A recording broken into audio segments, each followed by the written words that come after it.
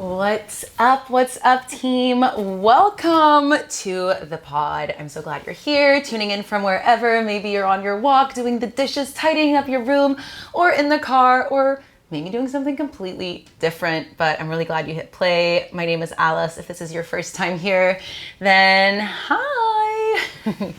I am tuning in from Byron Bay in my little hotel/hostel room. I just arrived here last night and I just finished teaching a yoga class to the people that signed up for it. It was from the hotel, really nice. It's like a hotel/hostel called Valley. It's pretty new and I reached out to them about teaching some yoga classes and in return I got a discount. So I'm really happy because of course I love getting a discount on the room. Plus, I love teaching yoga and just met some really awesome people. I taught on the beach and then we all dove into the ocean and then we went to have some coffee/brunch together. So it was really nice. I met girls from Germany, Brazil, the US, Switzerland. It's really nice to meet new people and hear their life story. I made them go around the table and just tell them a little bit about themselves, and I love doing that. If you know me personally, or if you have taken classes with me anywhere in the world, or maybe in Antwerp, I love just going for coffee after and actually chatting with you and seeing what is going on in your life and knowing a little more about your backstory, because we're all human and connecting is so important, and hearing from other people and knowing what they're going through is so important, and it just feels really nice. So anyways, that's my little backstory. And to be honest, I hit play on this on my camera without really thinking what I was going to talk to you about today. Usually these episodes have a theme, whether it's, how to balance your career with your wellness and social life, or I interview a guest. I try to do one solo episode every week and then the next week a guest interview and switch off. And so today, like yesterday, I knew I was going to film or record a podcast today. And I was thinking, okay, what can I talk about? And sometimes I go on my Instagram stories and ask you guys what you want to hear about, or what you're struggling with, or what you want some more information about. But I didn't do that today. And because it's so last minute, it doesn't make much sense now. And so yesterday I was thinking maybe I can talk about how, which kind of wellness and health practices can help you get through a breakup. Or maybe I can talk to you about solo traveling and some tips for that. So now I'm here and now I'm like, oh, okay, what can I help you with? And I think maybe what I want to talk to you today about is just getting to know yourself, is how you can hear and listen to that voice inside of you, who you really are, without all the noise that comes from around you. How to learn how to trust yourself, how to learn to navigate your inner compass, how to know when you actually want to do something, or if it's maybe society that's telling you to do something. And of course, in the ways that movement and mindfulness can help you with that, because as a yoga and fitness coach, that's obviously the angle that I always talk to you guys about. And the reason that came to mind was when I was listening to the stories of, I think we were with 15 girls, to these 15 strangers that are now, friends or at least acquaintances. I really heard that a lot of them who are traveling alone really are doing it to get to know themselves better, away from the voices of their family, even though they love them so much, away from the voices of the town or the village they grew up in, away from the friends that surround them, the community they have built up over the years. And these are all not bad things. These are all good things. Like, it's so necessary to have a strong community, to have strong friendships, to have a close bond with your family. Like, all these things are important, but sometimes it can be very hard to really know what you want without all the extra fluff around it, right? So I'm going to give you a few strategies and tips and tools to stay in contact with yourself. You might know that I organize retreats in Spain as well a few times a year. This year is going to be the 4th year I think I'm going to do it in Malaga. Super exciting. There's, I think, like 1 or 2 spots left for the April one. So if you're interested, I'll put a link below. Maybe by the time you hear this, those are full or the time has passed. There's also another one in September, so definitely check it out. But the biggest thing I hear from women who come on the retreat with me, usually it's, we have a big age range, but mostly it's women end 20s, beginning to mid 30s that come by themselves, because I always suggest to come by yourself. I get a lot of questions about like, oh, I've never traveled by myself and I'm a little afraid to come on the retreat by myself. Is it weird if I come alone? And I always say, no, it's actually the best if you come alone, because that's how you can really disconnect from the version of you that you have displayed to the friends, your family, the people around you for so long, and you can actually just be authentically you, which hopefully you can always do. But still, when we're around people we know, we're always maybe a little bit different. So I always say, come alone. And when we're alone and when we're in group, these women feel safe enough, because no one really knows them, feel safe enough to speak their truth. And we always have these group sharing moments where I ask them, why are you here? What do you want to heal from? What do you want to let go? What do you want to work towards? What are you struggling with? And what are your dreams and desires? All those things. We talk about it all. And, first of all, everyone learns that everyone is going through something. There's trauma with a big T, with a little t. There is hardship, there are struggles, there are ups and downs, and it doesn't matter if it seems big or small to you, we're all on a journey. And sometimes it's major things like the death of a parent, of a family member. Sometimes it's things like switching jobs or losing a job. Often it's things like just having had a baby a year or two before, or planning to have a baby, or being just pregnant, like all these big life changes. And it's a lot. And so one of the main things that comes back quite often is that women say, I have lost myself a little bit. I've lost contact with myself. I've lost that connection a little bit. And I don't know who I am anymore, what I want. I don't know what I like, what I don't like. They just kind of feel like they lost themselves a little bit. And of course I can relate, because there are going to be moments in our life where we all go through that. Sometimes we feel so close and in tune and aligned with ourselves. And sometimes we can feel lost and unsure of what we want and where we want to go. And we just cannot hear that voice inside of us anymore, or really feel what we need and want. So if you're in one of those moments right now, I want you to know that it's so normal that we have those times in our lives, whether it's at the end of a chapter or at the beginning of a new chapter, maybe in an important shift in your life, or maybe it's coming out of nowhere and you don't really know why you're feeling so unsure. But just know, if you're in that, it's normal. Life goes in cycles, it goes in ups and downs. I say that on here all the time. But sometimes, we can get very worried about it, and we can ask ourselves, why don't I know? Like, what's wrong with me? I should know what I want to do, where I want to go, what I'm thinking. And sometimes we just don't. And I think in that time, in that moment, the first thing you need to know is that it will be okay and you will find yourself again. There are just moments of shifts, of overwhelm, of stress, where we feel disconnected.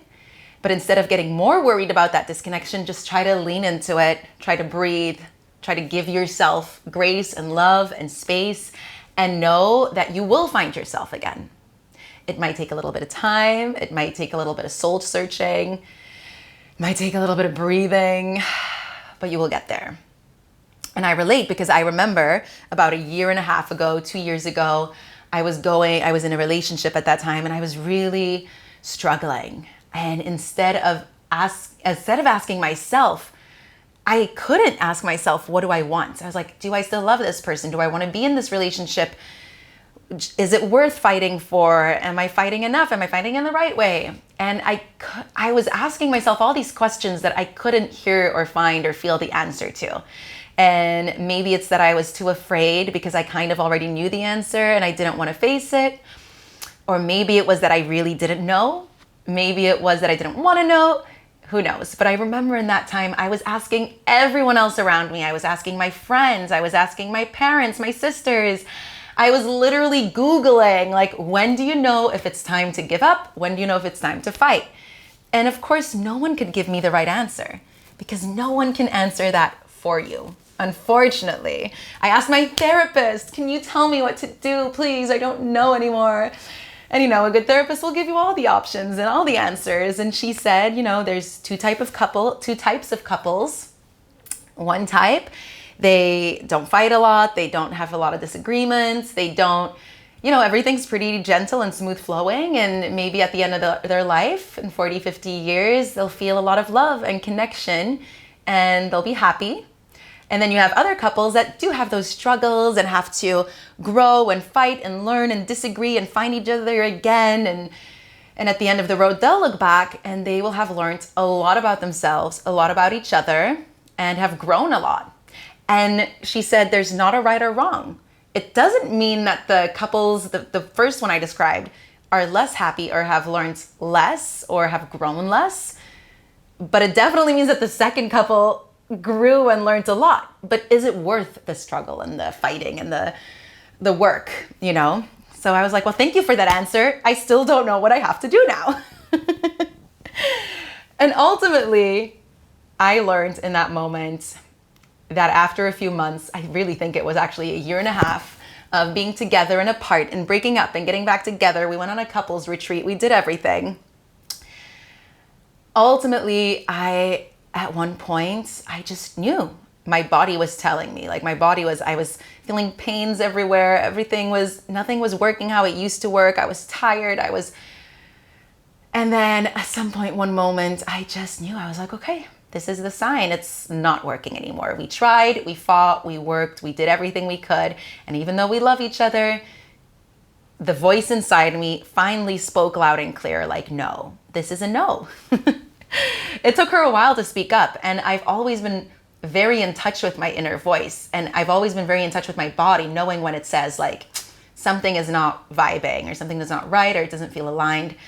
But there's going to be moments in our life where that voice isn't sure or is too shy to speak up or there's too much going on to hear her. And that's what I was going through. But finally, she was loud enough. And it doesn't mean that choice was easy. It doesn't mean that it wasn't super sad or super hard. It was. But when you finally hear that voice again, and when you know you're making a decision that's good for you in the long run, then it's like the mental fog just lifted. And I was like, I could breathe again. And I was just so happy that I finally was in touch with myself again. Like, what do I want? What do I need?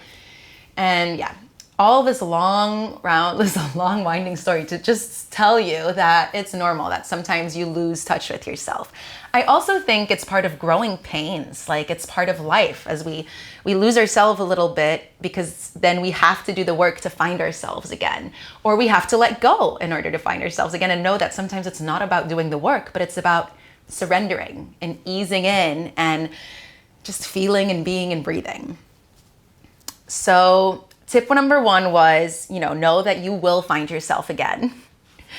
And tip number 2, I guess, is then when she comes back, I don't think that's a tip, but when she comes back, you will hear her and then listen. And you might not listen the first time, you might not listen the second time, but your body will start giving you signs if you're not listening to that voice. You'll get tummy aches, or you'll start getting food allergies, or you'll start getting headaches or shoulder pain. It can come out in different ways, but the body keeps the score. And ultimately, if you're not listening to yourself, you're putting stress on your body, and stress is the worst thing you can do for yourself. So listen. Another tip, of course, when you are not sure who you are anymore or what you want, is to do something like go on a retreat or go on a little vacation by yourself. I know I'm traveling for 3 months now. That's not something everyone can do or wants to do, or not, you shouldn't, like, not something you have to do. Of course, if you get the chance, I would highly suggest it. But sometimes just being a day by yourself is enough. Sometimes being 10 minutes by yourself is helpful. You need to give yourself some time and space every single day to just be with yourself, whether it's the time that you drink your coffee. Just sit with it. Try not to scroll on Instagram. Try not to listen to a podcast. Try not to fill your brain with other things all the time, because you're getting so much input from everyone else all the time that, you're not going to hear yourself anymore. You're not going to have that space to feel anymore. So give yourself at least 5 to 10 minutes every day. But then if you're in a moment where you do feel disconnected, out of touch with yourself, not sure what you want or where you want to go, see if you can just escape for a day, just to be with yourself. Maybe you go to the beach for a day, maybe you go for a nice hike, maybe you can take a little weekend somewhere or do a retreat somewhere. But if you can make that time, it's not selfish to do that. It's self-care. And when you do that, try not to fill it up with everything else. Try not to, have music in your ears all the time or podcasts all the time. Try not to be on your phone the whole time, but actually just be with your thoughts. And on top of that, if you can do some writing, that can be really helpful. It's different for everyone, but for me, my writing goes through phases. I have moments where I don't write for months, and then I have moments like now when I am alone and I am with my thoughts a lot. It feels really nice to write them down, and I don't think about it in advance. It's just a free write. You kind of just put pen to paper and you just flow, and sometimes, thoughts come out that don't make much sense or are very discombobulated or it doesn't mean much, but often after a while, things and thoughts start shaping on the paper and things become a little clearer. So whether you just write like word vomit or what's it called, a brain dump, or whether it's in poetry or in song lyrics or however you like to write or in bullet points, writing is always a good idea because it helps sort the thoughts that you have in your head that sometimes might be very chaotic or unclear. It helps to get them structured out on paper. And it doesn't have to be structured in the beginning. I don't want you to think about what you're going to write. I just want you to start writing. Let it flow out. And after a while, it will start giving you insights. Whatever it's about. Like, I never know what I'm going to write about. I just start writing. And then sometimes it's about the birds that I'm seeing and watching. And all of a sudden, after writing about birds for 10 minutes, it'll become about my mom and my childhood and my parents' divorce. And I'm like, okay, that went from one thing to the other real quick. But then I start having these insights and these things that feel like, it feels a little, first of all, freeing. Like you get all those thoughts out of your brain and onto paper. But also then you get to know what you're kind of thinking about, what maybe subconsciously is in your head and your brain and your thoughts, what might be so chaotic that you can't really feel anymore. What do I need? What do I want? Where do I want to go? So taking time every single day to just be without all the extra input. Maybe doing a day trip somewhere if you can, whether it's, going for a long walk, whether it's going for a weekend trip or a retreat or a long trip. If that is something you can do it. And then adding some writing into your routine. And it doesn't have to be every day. Like for me right now, I'm on a workation. I have the time and the space to do it. But when I'm at home, when I'm teaching a lot, it'll be maybe once a week or maybe once every other week. Sometimes it'll be a month or 2 months that I don't write. And then all of a sudden I start feeling overwhelmed again, a little chaotic. I can't sleep well. And then I realize I haven't written anything in a long time. And for me, that's my way of expressing myself. So then I do that and all of a sudden I feel less overwhelmed. I feel like I can sleep better. And I'm like, okay. And then I try to incorporate that again. And again, it goes in waves. So that's really normal. Let's think, what else can you do to get more in touch with yourself, hear your voice? It's also about just trusting your gut, trusting yourself, and knowing that deep inside you often know, and we often don't want to know, right? We don't want to know if we need to leave a person or leave a job or move or end a friendship or have a difficult conversation. We often know, but don't want to know because once we realize it and accept it, there's something we have to do about it. And quite often it's just starts with having a conversation with yourself and then maybe with that other person. But that's scary. And our brain has been wired to not do scary things, to not do dangerous things, because that's how we protect ourselves. But in the long run, it's going to be so worth it if you have those scary conversations with yourself and if you have those scary conversations with other people.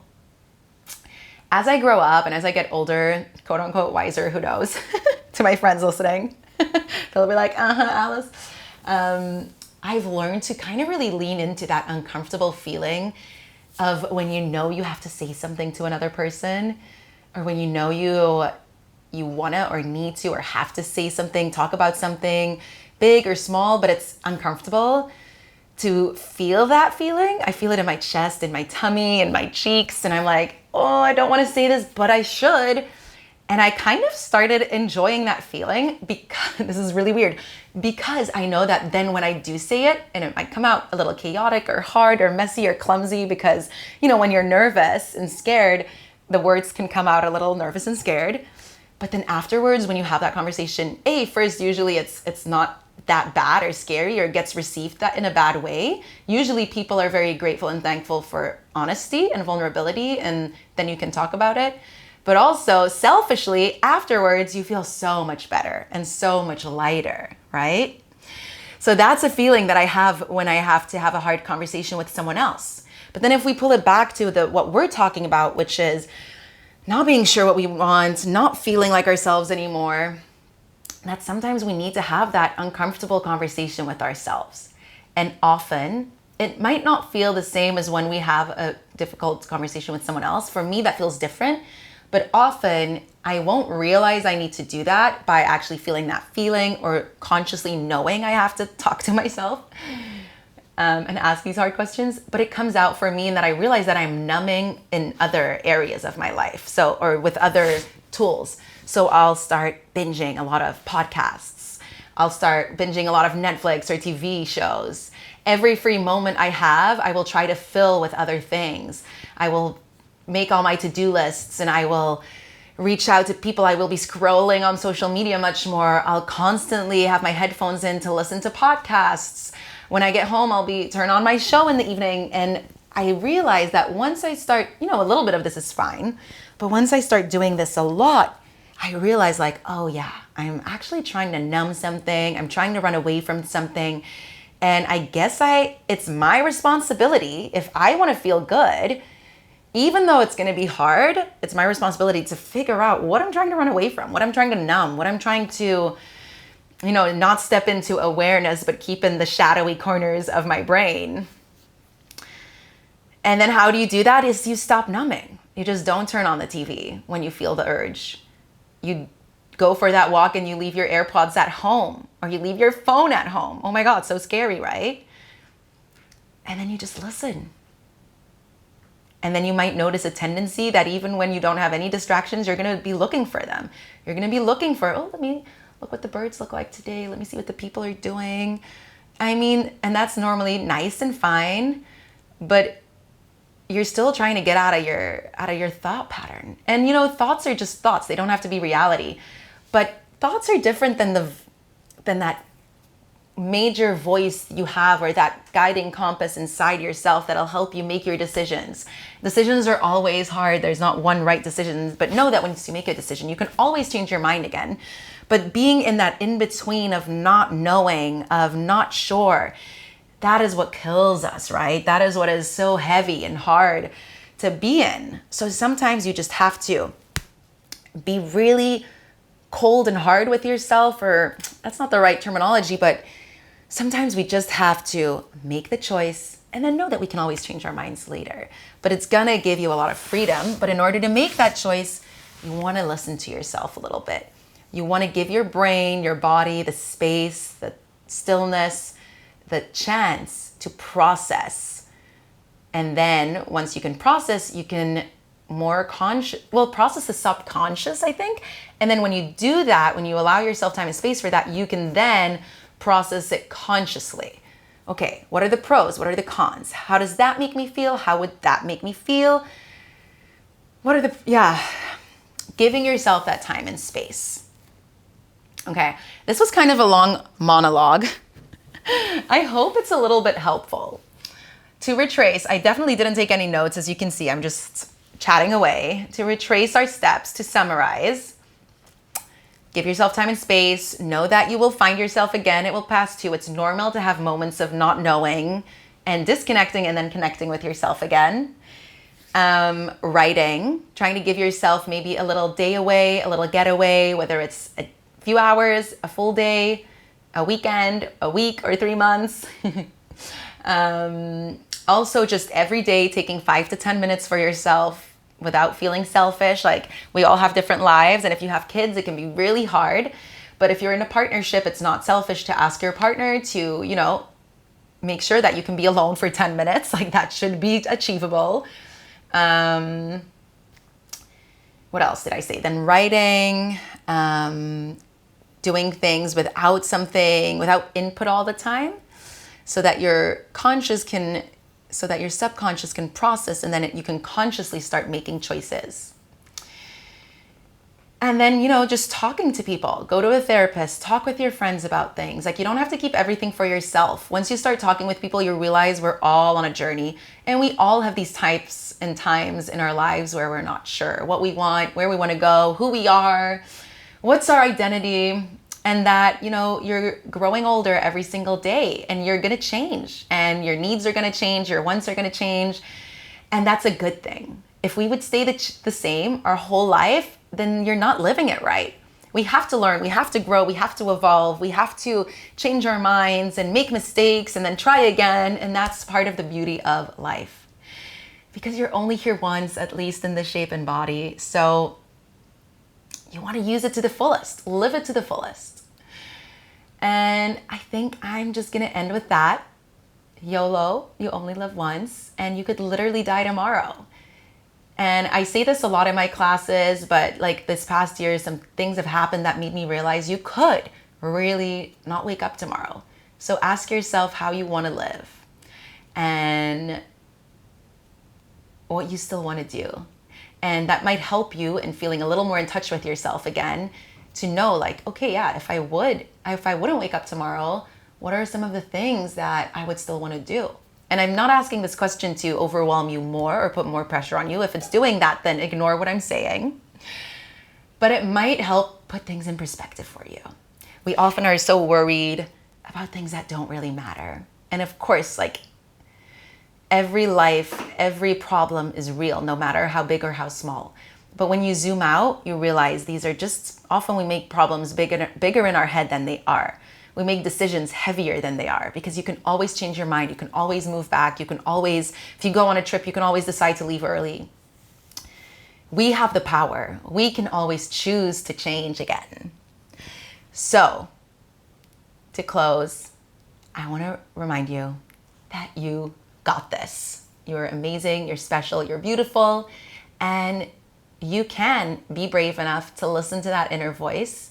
And if you don't hear her for a little while, know that she's in there, know that she'll come back, but you have to give her a little bit of space and room to speak up.